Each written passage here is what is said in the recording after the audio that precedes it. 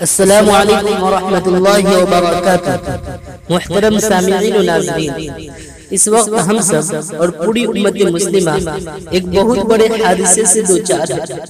وہ حادثہ حضرت الاستاذ جناب قاری سید محمد عثمان صاحب منصور پوری نبر اللہ مرقدہ کے سانحہ ارتحال کا ہے۔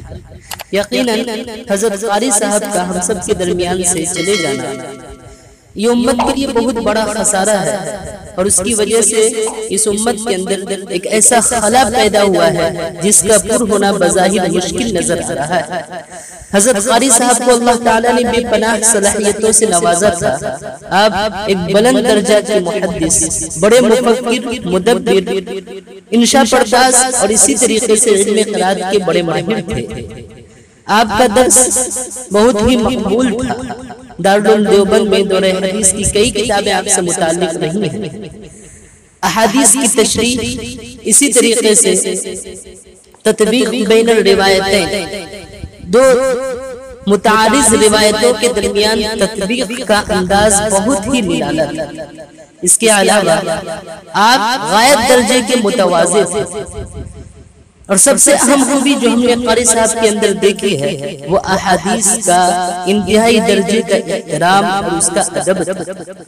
محدثین کی جو صفات ہمیں کتابوں کے اندر ملی ہے، ہم نے کھلی آنکھوں حضرت قاری صاحب کی شخصیت کے اندر اور آپ کی زندگی میں اس کا مشاہدہ کیا ہے۔ لہذا اللہ تبارک و تعالی حضرت قاری صاحب کو جزائے خیر عطا فرمائے، اور آپ کی وجہ سے امت میں جو خلا پیدا ہوا ہے اللہ تعالیٰ اس کی بھرپائی فرمائے، اور اللہ تعالیٰ امت کو آپ کا نعمل بدل عطا فرمائے۔ آپ دارالعلوم دیوبند کے کارگزار محتمم، جمعیت علماء ہند کے صدر، اسی طریقے سے بہت ساری ملی تنظیموں کے سرپرست رہے ہیں۔ دارالعلوم دیوبند کے اندر شعبہ ختم نبوت کے آپ نگراں رہے، اور تا دم حیات آپ اس کے نگراں رہے۔ اس کے علاوہ دارالعلوم دیوبند کے اور جو شعبے ہیں ان سب سے بھی آپ نگرانی کیا کرتے تھے۔ گویا آپ اپنی ذات کے اندر ایک انجمن، آپ کی تعلیم اور تربیت کا جو انداز تھا وہ انتہائی نرالا تھا۔ آپ نے اپنے بچوں کی جو تعلیم و تربیت کا انتظام کیا ہے، بطور خاص جو آپ نے تربیت کی ہے وہ آب زر سے لکھی جانے کے قابل ہے۔ آپ کے دونوں صاحبزادگان حضرت مولانا مفتی سahab منصور پوری، اسی طریقے سے حضرت مولانا مفتی محمد عثمان صاحب، یہ دونوں بلند درجے کے عالم دین ہیں جو مقبول اساتذہ میں شمار ہوتے ہیں۔ علماء میں بھی ان کی بڑی پکڑ ہے۔ یہ سب حضرت قاری صاحب کی تربیت کا نتیجہ ہے۔ حضرت قاری صاحب کو اللہ تبارک و تعالیٰ نے انتظامی اعتبار سے بڑی صلاحیتوں سے نوازا تھا۔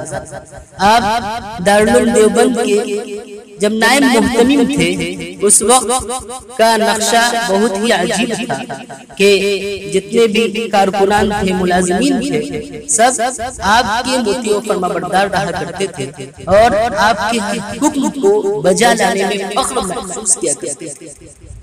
یہ ساری کی ساری خوبیاں حضرت قاری صاحب کے اندر تھی۔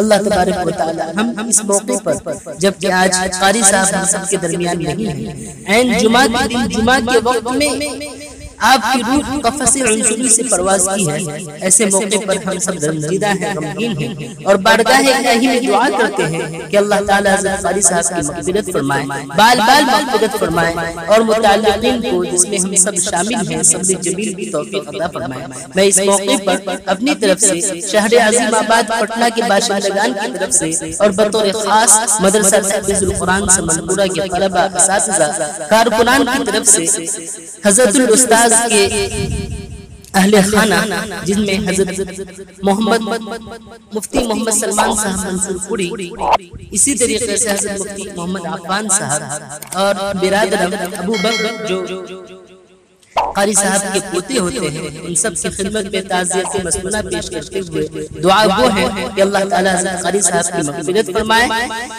حضرت قاری صاحب کی رفع درجات فرمائے، اور امت کو بالخصوص دارالعلوم دیوبند کو حضرت قاری صاحب کا نعمل بدل عطا فرمائے۔